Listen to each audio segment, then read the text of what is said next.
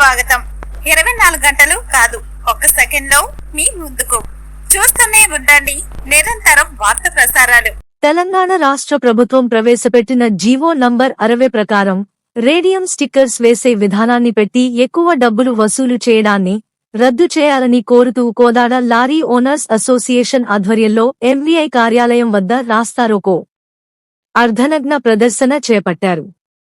₹1000 ఖరీదు చేసే radium stickers ను ప్రైవేట్ కంపెనీలో చేతిలో పెట్టి ₹6000 నుంచి ₹8000 వరకు వసూలు చేయడాన్ని తీవ్రంగా ఖండించారు.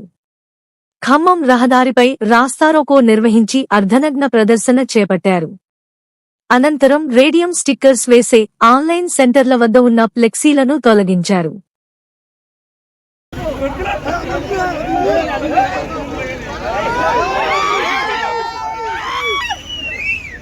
Tamar